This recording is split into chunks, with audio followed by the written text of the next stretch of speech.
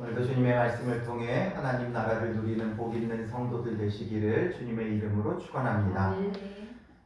우리가 한 번만 하는 경우들이 종종 있습니다. 여러 가지 갈등 속에서 딱 한 번만 눈 감자, 딱 한 번만 모른 척하자 하지만 그 한 번만이 자연스럽게 두 번이 되고 세 번이 되는 게 우리의 죄성이에요. 그래서 죄란 한 번만은 없어요. 그 한 번만을 지키지 못하면 두 번, 세 번 계속해서 무너지게 되는 거죠. 마치 댐에 구멍이 나면 그 구멍이 점점 커지면서 마침내 무너져 내리듯이 죄도 마찬가지예요. 한 번의 죄를 참아내지 못하면 결국 우리의 신앙은 영적으로 완전히 무너져 내릴 수밖에 없는 것이죠. 그 모습을 오늘 본문에 야곱이 보여주고 있는 거예요. 그래서 이 집안에 지금 장자의 그 축복을 이삭이 하려 하는 것에 있어서 온통 그 집안 전체가 하나님의 뜻에서 멀어져 감을 보게 돼요. 그래서 하나님의 일하심이 이 장에는 드러나지 않아요. 하나님께서 말씀하시는 것도 없고 하나님께서 역사하시는 것도 없어요. 하나님께서 주체가 되어 어떤 일을 이루심이 전혀 드러나 있지 않은 본문이 27장의 내용이죠. 그래서 이 27장이 어떻게 시작했어요? 이삭이 나이가 많아 눈이 어두워 잘 보지 못하더니, 여기서부터 출발했어요. 이삭이 단순히 나이가 많아서 육체적인 눈으로 보지 못함만을 말하고 있는 것이 아니라, 눈이 어두워 잘 보지 못한다라는 것은 영안이 어두워져 분별력이 흐려졌다라는 것을 보여줘요. 그래서 가장이 분별력이 흐려지니까 어떤 일이 이루어지는가가 보여지는 거예요. 하나님의 뜻과 상관없이 다들 자기 뜻을 이루려고 여념이 없죠. 이삭도 분명 하나님의 약속의 후사는 야곱임에도 불구하고 자기가 평소에 좋아했던 에서에게 장자권을 물려주려고 하였었고, 이것을 들은 리브가가 결국 거짓과 술수와 계략으로 야곱이 축복을 받을 수 있도록 하고 있고, 야곱도 그것을 거부하지 않고 따라가고 있어요. 근데 저는 이전에는 몰랐는데 이번에 다시 이 창세기를 묵상하면서 특별히 이 27장에서 리브가가 굉장히 적극적으로 나섰다라는 것이 보여져요. 리브가가 이전에는 그냥 리브가도 같이 그 일을 계획했다, 도모했다 이 정도였는데, 이번에 다시 묵상하면서 리브가가 굉장히 주도적 역할을 하는 것을 보게 되어져요. 리브가는 본래 지금 이삭의 배필로 선택되어질 때 하나님께서 순조롭게 그 여인을 만나게 했고, 아름답고 현숙하고 지혜로운 여인이었어요. 사랑이 참 많은 여인이었어요.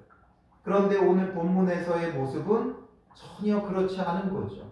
그래서 이미 야곱에게 거짓을 시킨 것으로도 모자라서, 만약에 아버지가 저주한다면 그 저주는 내가 받겠다 하면서 막 나서죠. 이 얼마나 무서운 일이에요. 그런데 자기가 저주를 받으면서까지 거짓으로라도 야곱이 축복받게 하려고 하는 리브가의 이 모습이 참 보통이 아닌 거예요. 그리고 오늘 본문으로 이어지면서 리브가가 굉장히 적극적이고 치밀하게 이 일들을 진행해 가죠.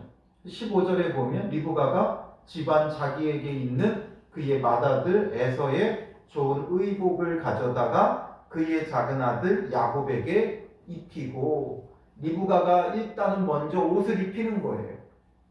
그래야 에서로 속일 수 있기 때문에 에서의 옷을 입히는 거예요. 지금 이미 이삭은 눈이 어두워서 잘 보지 못해요. 그럼에도 불구하고 에서의 옷을 정확히 입히죠. 왜냐하면 옷에서 나는 냄새가 있기 때문에 그래요. 그러니까 혹여나 냄새로라도 눈치챌까봐 아예 에서의 옷을 입히죠. 그리고 16절에 보면 염소 새끼의 가죽을 그의 손과 목에 매끈매끈한 곳에 입히고 되어 있어요. 왜냐하면 에서는 털이 많았기 때문에 매끈했던 야곱이 들어가서 만약에 이삭이 만졌을 때 그 촉감으로 그냥 대번에 알 수가 있죠. 그러니까 염소 새끼의 가죽을 거기에 옷 매끈매끈한 곳마다 다 입힌 거예요. 그래서 저도 잘 몰랐는데 요번에 준비하면서 새롭게 알게 된 게 뭐냐면 이 시리아산 염소 털이 사람 털에 가장 가까운 털이래요. 그 촉감이나 그 만졌을 때 느껴지는 그게 사람의 털과 거의 흡사돼요. 유사돼요. 그러니까 그 염소 털로 지금 야곱을 뒤덮는 거예요. 혹여나 만질 수 있는, 접촉될 수 있는 부분들은 다 덮어서 속이려고 하고 있는 거죠.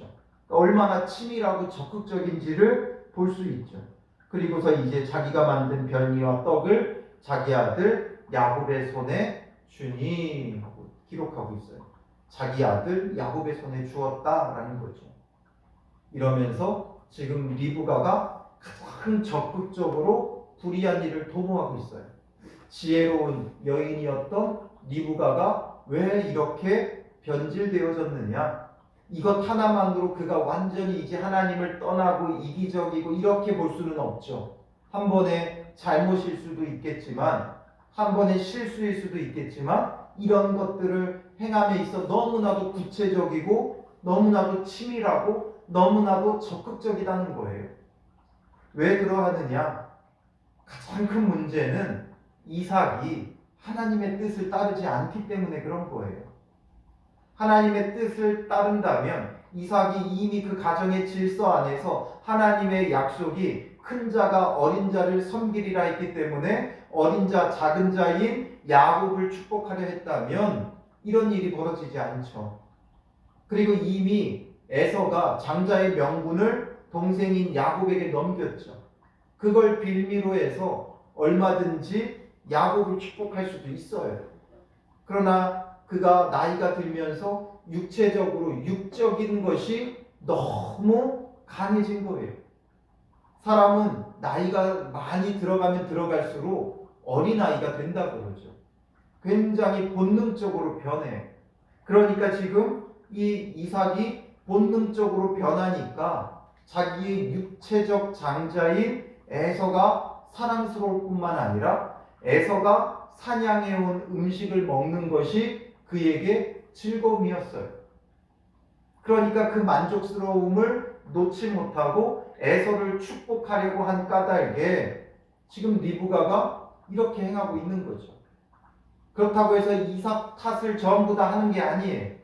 그런 문제가 발생했을 때 리브가가 현명하고 현숙한 여인으로 지금 이삭에게 가서 하나님의 뜻을 분명히 알리고 하나님의 뜻에 합당한 자녀에게 축복해야 한다 권했다면 현숙한 여인이 될 수 있었을 텐데 그렇게 하지 못했어요. 물론 리브가의 마음을 다 알 수는 없지만 아마도 그 마음엔 어떤 마음이 있겠어요? 어차피 말해봤자 안 통할 거다 생각을 한 거예요. 이삭이 평소에 에서를 너무나 사랑했고 야곱보다 에서를 더 사랑했고 에서가 잡아온 그 고기를 먹는 것을 너무나 좋아하는 걸 아니까 내가 말해봤자 소용없다. 아마 이런 생각을 했을 거예요. 그러나 또 하나님이 두려우니까 하나님의 뜻을 이루기는 해야 되겠고 내가 말해봤자 소용없을 것 같고 그러다 보니까 나름대로 하나님의 뜻을 이룬다는 착각 속에 이렇게 지금 죄를 너무나 적극적으로 행하고 있다는 거예요. 그래서 오늘 이것을 통해 우리가 다시 한번 좀 우리 마음속에 새겨봐야 될 것이 우리가 하나님의 뜻을 행한다고 하면서 정작 내 뜻대로 행할 때가 너무 많이 있다는 거예요. 내가 원하는 바대로 행하면서 하나님의 뜻이라고 착각하며 살아갈 때가 있다는 거죠. 내가 보기에 선한 것, 내가 보기에 거룩한 것, 내가 보기에 착한 것이 하나님 보기에도 거룩하고 선하고 착한 것이라고 착각하면 안 돼요. 그래서 이스라엘 사람들이 자기들이 보기에 거룩한 예배를 열심히 드리면서 그걸 하나님께서 기뻐하실 것이라고 생각했던 거예요. 자기들이 철저히 헌금하면서 이걸 하나님이 기뻐하실 것이라고 생각했던 거예요. 그러나 하나님은 뭐라 그래요? 토하여 낸다 말씀하시죠. 누가 저 성전 문 좀 닫았으면 좋겠다 말씀하시죠. 그들의 그 그 마음 없는 예배와 마음 없는 예물 드림과 그들의 거짓과 그 중심이 하나님으로부터 떠나 있는 모습을 보면서 누가 저 성전문 좀 닫았으면 좋겠다 하시는 게 주님의 마음이에요. 그렇기 때문에 우리가 보기에 착하고 선한 것, 거룩한 것을 따르려고 하지 말고 정말 하나님의 그 뜻을 붙잡고 어떻게 하는 것이 주님 보시기에 합당한지 끊임없이 묻고 기도해야 돼요. 이삭이 어떤 이삭이었습니까? 아브라함이 백세에 낳은 너무 귀한 아들. 그럼에도 불구하고 하나님께서 내놓으라고 할 때, 번제로 내어놓으라고 할 때 아브라함은 자기가 마치 죽는 그 심정을 안고 이삭을 내어놓았어요. 그리고 이삭도 자기 자신을 하나님 앞에 바치려고 하는 아버지의 뜻에 순종하면서 자기가 죽어지는 일들을 택했어요. 묵묵히 결박당하여 죽임당하는 그 자리까지 갔던 이삭이에요. 그러나 그의 눈이 어두워지니까 지금 이런 일들이 다 벌어지는 거죠. 하나님이 원하시는 그 한 가지가 중요해요. 내가 할 수 있는 99가지보다, 내가 하고 싶은 99가지보다, 내가 할 수 있는 99가지보다, 내가 보기에 선한 것 99가지보다 하나님이 보시기에 선한 그 한 가지가 필요하고 하나님이 원하시는 그 한 가지를 내어드림이 중요한 거예요. 아브라함이 99마리의 염소도 드릴 수 있고 99마리의 양도 드릴 수 있지만 하나님이 원하신 건 이삭 한 명의 생명이었어요. 그와 마찬가지로 오늘 우리의 신앙도 하나님의 뜻을 이룬다는 착각에서 우리가 벗어나야 돼요. 거기서 벗어나서 정말 주님이 원하시는 것이 무엇인가? 하나님의 자녀답게, 그리스도의 제자답게 우리가 서로 사랑하며 사는 것을 주님은 원하시는 거예요. 그런데 우리는 그건 놔두고 원수를 사랑하고 대적하는 자를 위해 기도하고 서로 사랑하는 이것은 다 놔두고 우리가 외적으로 할 수 있는 건 다 하죠. 예배도 드리고 기도도 하고 전도도 하고 선교도 하고 헌금도 하고 봉사도 하고 여러 가지들을 하지만 정말 주님이 원하시는 건 우리가 우리 안에 있는 미움, 다툼, 시기, 질투 이 모든 것을 버리고 정말 예수님이 우리를 사랑하여 주신 것 같이 우리가 서로 사랑하는 걸 원하는 거예요. 그래서 예수님을 통해 예수님께서 우리에게 뭐라고 말씀하세요? 새 계명을 너희에게 주노니 너희는 예배를 드려라 하지 않으셨어요. 너희는 기도를 해라 하지 않으셨어요. 전도를 해라, 선교를 해라 하지 않았어요. 새 계명을 너희에게 주노니 서로 사랑하라 말씀하셨죠. 그러니 하나님의 그 원하심, 바라심, 요구하심은 새 계명에 있는데 우리는 그것 놔두고 다 한다는 거예요. 저는 교회를 개척하는 게 하나님의 뜻이라고 생각을 했어요. 그 교회를 개척하고 내가 이렇게 헌신하고 여러 가지 것을 희생하고 이러면 하나님이 기뻐하실 줄 알았어요. 그게 아니었더라고요. 그건 얼마든지 내가 할 수 있는 거였어요. 얼마든지 장소를 돈만 주면 얻을 수 있었고 얼마든지 신청만 하면 교회를 등록할 수도 있었고 여러 가지 것 다 할 수 있어요. 그러나 주님이 원하시는 건 우리가 어떤 교회를 만들고 교회를 개척하고 교회를 세우는 것도 큰 틀 안에 들어있는 부분이겠지만 중심은 아니에요.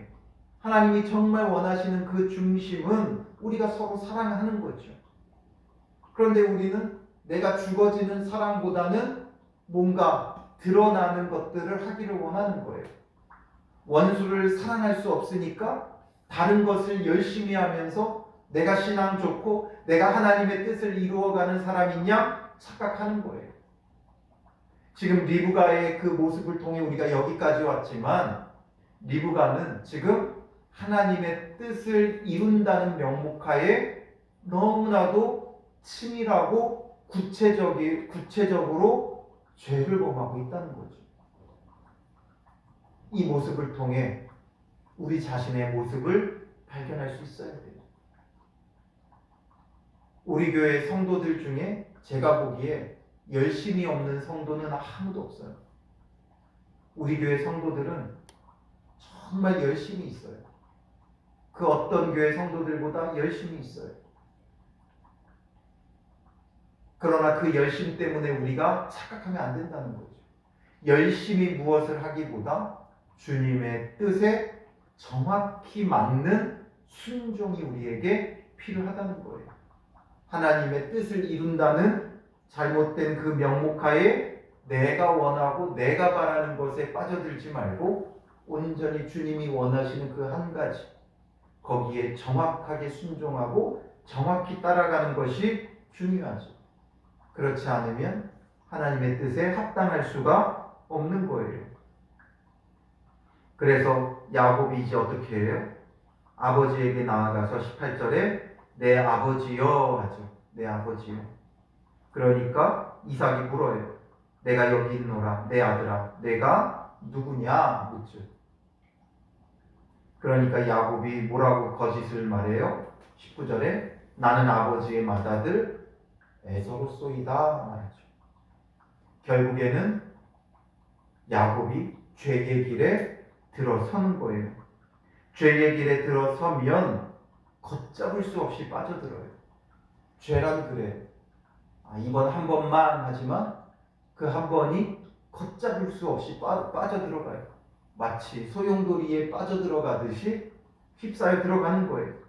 이제 내 아버지여 맏아들 에서로소이다 하니까 그 다음은 뭘 할 수밖에 없어요? 이제 거짓말을 할 수밖에 없죠. 내가 사냥한 고기를 잡수시고 아버지 마음껏 내게 축복하소서.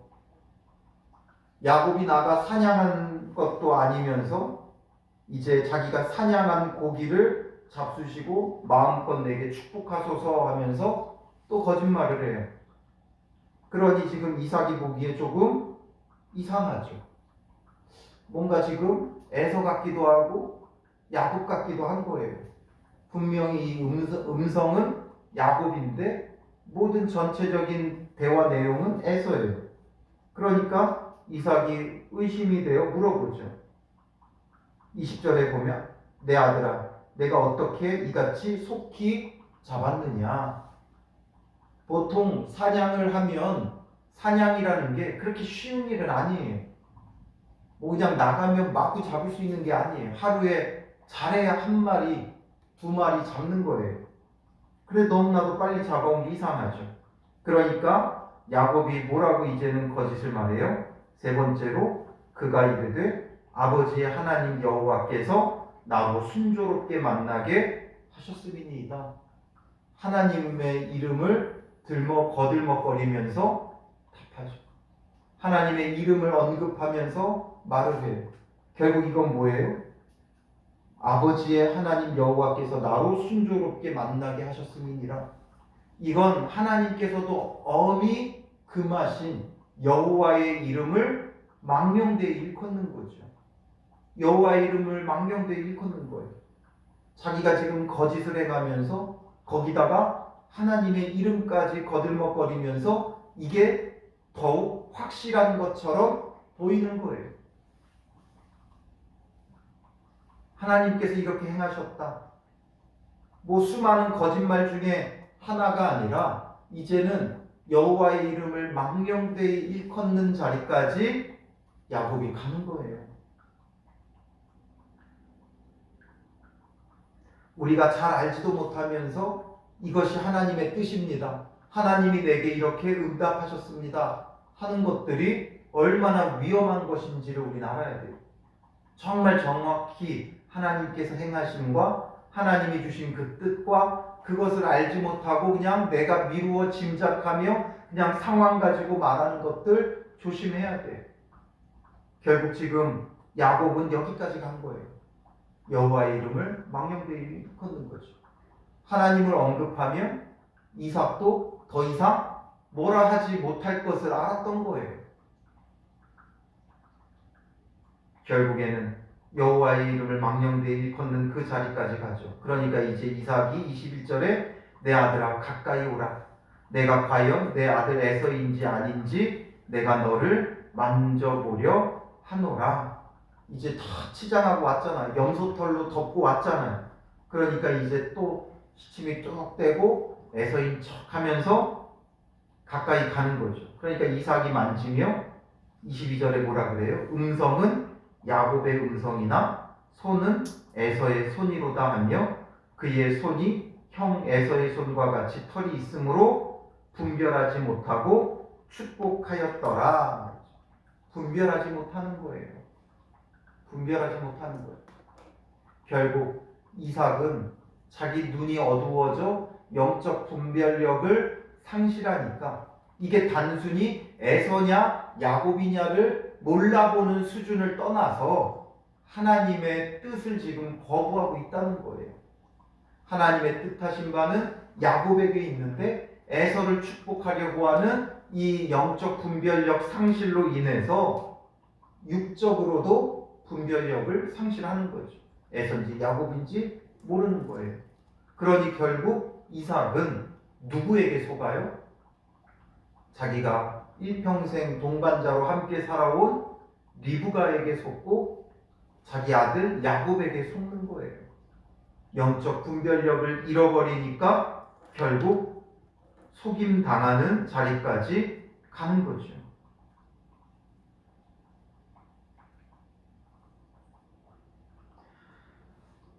결국에는 이삭은 이렇게 속임을 당하면서 속고 분별력을 잃어버리는 그 자리까지 가죠. 오늘 우리도 마찬가지예요. 주님 안에서 영적 분별력을 잃게 되면 속고 또 속는 거예요. 물론 믿는 자들이 오히려 속임 당하는 것이 은혜죠. 그러나 이렇게 속임 당하는 건 아니에요. 믿지 않는 자들에게 속임 당하는 것과 가족과 아내에게 속임 당하는 건 다른 문제죠. 믿지 않는 자들이 우리에게 해를 끼치기 위해 속이는 것과는 차원이 다른 거예요. 자기가 영적 분별력을 잃어서 결국 아내와 아들에게 속임 당하는 것, 이건 정말 비참한 일이죠. 그러므로 우리가 늘 힘써야 되는 건 마지막까지 우리의 이 분별력을 잃지 않는 거예요. 마치 모세처럼 주님 우리의 분별력이 흐려지지 말게 하옵소서 해야 되는 거예요. 그리고 이삭이 다시 한번 묻죠. 24절에 내가 참 내 아들 에서냐. 어떻게 보면 이 마지막 한마디는 마지막으로 야곱에게 진실할 수 있는 기회를 던져주는 것일 거예요. 야곱이 자기의 그 잘못을 돌이킬 수 있는 마지막 기회였을 거예요. 그런데 그가 대답하되 뭐라 그래요? 그러하니이다. 결국 끝까지 거짓을 행하죠. 한번 죄의 길에 들어서면 돌이키는 게 결코 쉽지 않아요. 우리가 회개 많이 해봐서 알잖아요. 회개할 때 다시는 그런 죄를 안 지을 것 같지만 이상하게 결국엔 또 반복이 돼요. 그러니 애초에 들어서지 말아야지. 한번 죄의 길에 들어서면 멈출 수 없는 게 우리의 죄예요. 결국 우리가 무엇 때문에 자꾸 넘어지는가 무너지는가 살펴야 돼요. 항상 그 한 가지예요. 사소한 것 같은 그 한 가지가 계속 우리를 넘어뜨리고 반복시키는 거예요. 그러니 정말 우리가 각고의 노력 없이는 정말 성령의 도우심을 붙잡고 철저히 기도하고 도우심을 힘입고 하지 않으면 돌이킬 수 없는 거예요. 그래서 결국 야곱은 끝까지 거짓을 행하죠. 그러니 이삭이 뭐라 그래요? 내게로 가져오라. 내 아들이 사냥한 고기를 먹고 내 마음껏 내게 축복하리라. 야곱이 그에게로 가져가매 그가 먹고 또 포도주를 가져가매 그가 마시고 그의 아버지 이삭이 그에게 이르되 내 아들아 가까이 와서 내게 입 맞추라. 그가 가까이 가서 그에게 입 맞추니 아버지가 그의 옷에 향취를 맡고. 이삭이 어떻게 행할지를 지금 리브가는 다 알고 있었죠. 만져볼 것도 알았고 옷에 향취를 맡을 것까지 다 알고 있었던 거예요. 얼마나 치밀하게 지금 죄가 그 집안에 돌아가고 있는지가 다 보이죠. 그러니 이제 그에게 축복하여 이르되 내 아들의 향취는 여호와께서 복 주신 밭에 향취로다. 복 주신 밭이 뭐예요? 가나안 땅이죠. 그러니 가나안 땅이 향취다. 가나안 땅의 소유자가 된다. 이런 뜻이에요. 하나님은 하늘의 이슬과 땅의 기름짐이며 풍성한 곡식과 포도주를 내게 주시기를 원하노라. 27절, 28절은 물질적인 축복을 야곱에게 해주는 거죠. 그리고 29절은 영적인 축복이에요. 그래서 만민이 너를 섬기고 열국이 내게 굴복하리니 내가 형제들의 주가 되고 내 어머니의 아들들이 내게 굴복하며 너를 저주하는 자는 저주를 받고 너를 축복하는 자는 복을 받기를 원하노라. 즉 하나님의 백성 삼으시겠다 이거죠. 하나님의 백성 삼아 주시기를 축복하는 거죠. 그래서 만민이 그를 섬기고 열국이 굴복하고 형제들의 주가 되고 어머니의 아들들이 굴복하고 저주하는 자는 저주받고 축복하는 자는 복을 받는, 아브라함이 받았던 그 복, 그리고 이삭이 받았던 복, 그 모든 것이 이제 야곱에게로 전달되어지고 있는 거예요. 오늘 본문을 통해 보면 자기 뜻대로 행하는 이들에게 하나님은 간섭하지 않으세요. 그냥 내버려 두세요. 죄가 관영한 곳에 하나님은 내버려 두세요. 어디까지 가나 보자 이거죠. 그런데 희한하게도 그들이 다 자기 뜻대로 행했지만 결국에는 하나님의 뜻대로 되어져요. 하나님이 택하신 야곱에게 모든 복이 돌아가게 되죠. 사실상 이 거짓과 술수로 행하면 이들은 하나님의 징계를 받거나 망해야 되는데 오히려 야곱은 축복을 받아요. 하나님께서 택하신 자가 야곱이기 때문이죠. 이것을 보면 우리에게 의문이 들 거예요. 저는 아직도 기억하는 게 신대원에 처음, 이제 신학대학원에 처음 들어가서 새로운 마음으로 성경을 읽기 시작했어요. 이제 신학대학원까지 내가 들어와서 신학을 더 깊이 연구하고 공부하면서 주의 길을 걸어야 되겠다 하면서 성경을 새롭게 읽기 시작했을 때 여기서 제가 심히 고민했어요. 27장에 와가지고 심히 고민했어요. 하나님 도대체 누구세요? 이런 마음이 들었어요. 왜냐하면 이런 야곱이 복을 받다니. 야곱의 이 모습이 너무나도 불의해 보이고 완전히 속임수와 사기꾼과 이렇게 행하는데 야곱이 복을 받았다? 그게 마음에 걸리는 거예요. 이제 막 신대원에 들어가서 막 열정과 열심과 막 자기 의로 막 가득해가지고 막 뭔가를 해보고자 하는 저의 마음에 부딪힘이 왔어요. 야, 이런 야곱을 하나님이 복 주셨다고? 하나님은 도대체 누구신가? 내가 알기로는 의로우신 분인데 그 의로우신 하나님이 이런 속임수로 행하는 야곱을 복 주신다? 와, 이건 도대체 무엇일까? 이런 마음이 저에게 찾아왔어요. 그래가지고 이걸 가지고 막 끙끙 앓고 있는데, 끙끙 앓고 있으니까 기숙사에서 이제 같은 방에 기거하는 이제 나이 많은 형님이 한 분 계셨어요. 제가 막 고민하고 있으니까 왜 그렇게 고민하냐는 거예요. 난 도대체 이 야곱을 하나님이 복 주신 게 이해가 안 된다. 하나님 도대체 어떤 분이시길래 이런 야곱에게 복을 주시느냐.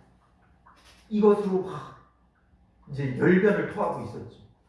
그러니까 그분이 이제 저에게 해준 말이 뭐냐면, 그러면 전전도사님은 야곱보다 나아요? 이러더라고요.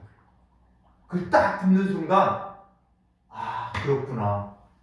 내가 야곱이 비열하고 뭔가 불의하고 악하고 그래서 하나님의 복을 받을 수 없다면 그럼 나도 복을 받을 수가 없는 거죠.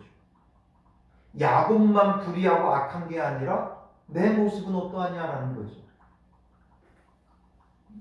야곱은 그나마 우리보다 나은 거예요. 우리의 모습은 더하죠. 야곱은 성경에 기록해 놨으니까 그렇지 우리는 사실상 말 못할 우리의 불의함과 악함과 죄악됨이 너무나도 많이 있죠. 그러니 야곱보다 낫지 못한 내가 야곱에게 손가락질하고 있는 건 뭐예요? 똥 묻은 개가 겨 묻은 개 나무라는 거죠. 남의 눈에 티는 보면서 내 눈에 들보는 보지 못하는 거예요. 그래서 우리가 여기서 알아야 되는 건 야곱이 비열하다 악하다가 아니라 그가 복을 받은 건 뭐예요? 은혜라는 거예요. 그래서 은혜인 거예요. 우리가 그냥 인간적인 눈으로 보면 에서는 그냥 불쌍해요. 형인데 형 대접도 받지 못하고 그 죽 한 그릇에 장자의 명분도 빼앗기고 나중에는 이제 장자의 축복도 야곱에게 빼앗기고 그런 그가 우리가 인간적인 눈으로 보기에는 불쌍해요. 그러나 야곱이 복을 받은 건 그가 속임수를 행함에도 복을 받았다는 게 아니라 하나님의 은혜라는 거예요. 그런 야곱에게 하나님께서 은혜를 베풀어 주신 거예요. 오늘 그보다 더 악한 내가 하나님의 은혜를 입었다는 거예요. 그러니 이 야곱의 그 인생이 비열해 보이고 저주받아야 될 것처럼 보여진다면 내가 스스로 하나님의 은혜를 알지 못하는 거죠. 야곱이 비열해 보이고 악해 보이는 건 내가 의롭다고 착각하기 때문에 그래요. 나는 그보다 더 할 말 없는 죄인이라는 걸 우리는 알아야죠. 그래서 이것이 은혜고 오늘 우리도 은혜를 드리는 거예요. 은혜 받을 사람은 어떻게 어떻게 해도 은혜를 받으니 아무렇게나 그럼 해도 되는 거냐? 그게 아니죠. 야곱이 축복을 받지만 이렇게 거짓으로 행한 까닭에 그가 치러야 하는 대가가 있어요. 그가 정말 하나님 앞에 순종하며 하나님의 때를 기다리고 하나님 앞에 기도하고 하나님께 간구하면서 행했다면 이렇게 거짓으로 계략으로 장자의 축복을 받지 않고 기다렸다면 하나님은 어떤 방식으로든 야곱을 세워주셨을 거예요. 사냥하러 나갔던 에서가 갑자기 죽든지 그래서 어쩔 수 없어서 야곱이 받든지 아니면 그 모든 것들을 멈추게 하시고 하나님께서 간섭하셔서 이삭에게 너가 지금 행하는 것이 옳지 못하다. 내 아들 야곱에게 축복해라. 강권적으로 역사하시든지 어떤 방식으로든 일할 수 있는 전능하신 하나님이에요. 그 전능하신 하나님을 지금 인정하지 않으니까 제대로 알지 못하니까 리브가가 야곱이 잘 알지 못하고 자기들의 인간적인 방법으로 행하니까 하나님의 은혜는 입었지만 그 이후에 야곱은 철저히 그 대가를 치러야 돼요. 그가 치르게 되는 대가들이 뭐예요? 그래서 결국 나중에 이제 야곱은 삼촌 라반의 집으로 쫓겨가면서 다시는 그 어머니 리브가를 보지 못해요. 삼촌 라반의 집으로 떠난 이후에 리브가를 다시는 보지 못하고 또 형 에서는 야곱을 죽이기를 원하고 또 야곱의 가정은 갈등과 분열을 겪게 되는 거예요. 그리고 야곱은 외삼촌 라반에게 피해 있으면서 라반에게 철저히 속임당하고 이용당하죠. 자기가 속인 만큼 속임당하고 이용당하는 거예요. 그리고 에서는 결국에 적국인 에돔의 창시자가 돼요. 그래서 이스라엘을 끊임없이 괴롭히는 에돔 족속이 탄생하게 되어지는 거죠. 그리고 나중에 그가 어떤 일도 당해요? 이제 자기의 아들들에게 속임을 당하죠. 자기가 아버지를 속였듯이 아들들이 요셉이 사나운 짐승에 죽임당했다고 거짓을 고해 그가 슬픔 가운데 인생의 노년을 또한 보내게 돼요. 하나님 나라의 그 약속의 후사로 축복은 받았지만 그의 일평생 동안 얼마나 크나큰 고통 속에 그가 살아야 하는지를 우리가 또한 보죠. 그렇다고 하여 야곱이 그 인생을 괴로운 인생이라고 하지 않아요. 자기가 오히려 선조들보다 더 복을 받았다 생각을 해요. 육체적으로는 고난과 고통 가운데 있지만 하나님 나라의 그 언약의 후사가 되었다는 것에 대한 그 영적인 복을 아는 자였어요. 그러니까 그 인생의 노년에는 어떻게 끝나요? 애국으로 피신 가면서 자기들의 모든 가족을 기근으로 인해 데리고 피신해 가면서 그의 인생이 그곳에서 끝을 내리게 되는 거죠. 이처럼 육체적으로 많은 고난을 당해 결국 그 모든 것이 어디서 왔느냐? 자기가 거짓과 술수로 장자의 명분을 얻은 까닭에 이 많은 고난과 고통을 느끼죠. 그러나 또 하나님의 자녀됨에 대한 그 축복은 야곱이 일평생 동안 자랑스럽게 여기며 살아가요. 그러니 하나님의 은혜라는 것 우리가 여기서 놓치면 안 돼요. 오늘 우리가 받고 있는 은혜는 야곱이 받은 은혜보다 더 큰 거예요. 야곱이 비열하긴 했지만 그 못지않게 비열한 게 우리예요. 그보다 더 악하고 죄인된 게 우리예요. 그럼에도 하나님께서 은혜를 베푸신다는 것 얼마나 놀라운 일입니까? 그러니 하나님 앞에 우리가 어떤 모습으로 서야 되겠습니까? 하나님 어떻게 이렇게 비열한 자를 축복하십니까가 아니라 더 비열한 나에게도 은혜 베푸시는 하나님, 은혜 베푸시는 하나님, 그 하나님을 우리가 만날 수 있어야 되는 거죠. 그러니 오늘 우리가 살아가는 모든 순간이 얼마나 큰 은혜인가. 예수 그리스도를 믿고 구원받은 하나님의 백성으로 살아가면서 때로는 육체적으로 많은 어려움과 고난과 아픔과 슬픔 가운데 있지만 그럼에도 하나님의 백성 되었다는 것, 언약의 후사라는 것, 그 은혜를 우리가 기억하면서 그 은혜가 우리 안에 살아날 때 우리에게 무엇이 나오겠어요? 자연스럽게 사랑함이 나올 것이고 하나님을 사랑하고 이웃을 사랑하는 그 삶으로 변화되어져 가는 거예요. 하나님을 사랑하기에 예배하게 되어 있고 하나님을 사랑하기에 기도하게 되어 있고 하나님을 사랑하기에 헌금도 드리고 헌신도 하겠죠. 또 이웃을 사랑하기에 전도하고 선교하고 구제하는 일들을 하겠죠. 은혜가 우리 안에 사라지니까 이 모든 것이 형식적으로 변해가게 되는 거예요. 참 사랑이 없는, 사랑이 빠진 여러 가지 외적인 종교 행위가 되어지는 거죠. 은혜를 알 때 그 사랑이 우리 안에 살아나야 돼요. 하나님은 사랑이심을 우리가 만날 수 있어야 돼요. 그 사랑의 하나님이 나에게 은혜 베풀어 주신 그 사랑 때문에 하나님을 사랑하고 이웃을 사랑하는 십계명의 두 강령, 그 모든 것 속에서 결국 결과적으로 열매로 사랑의 열매를 맺는 우리의 모습들이 되어져야 하는 것이죠.